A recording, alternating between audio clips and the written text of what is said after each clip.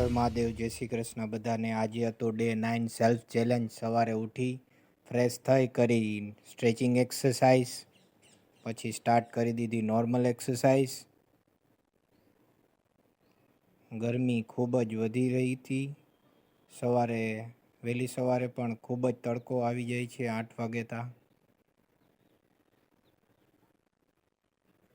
પછી કર્યા સૂર્ય નમસ્કાર, પછી કર્યા પુશઅપ્સ,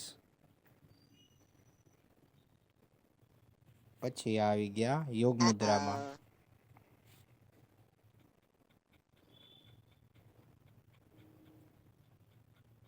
પછી થોડીક વાર કર્યો અનુલોમ વિલોમ,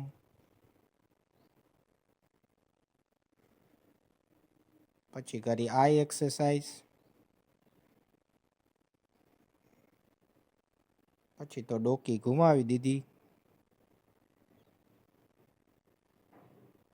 પછી થઈ ગયા રિલેક્સ, અને એવામાં જ સાંજ પડી ગઈ અને બ્યુટીફુલ ન્યૂ નિહાળ્યો અને નાઈને કરવા બેસી ગયા જપમાળા।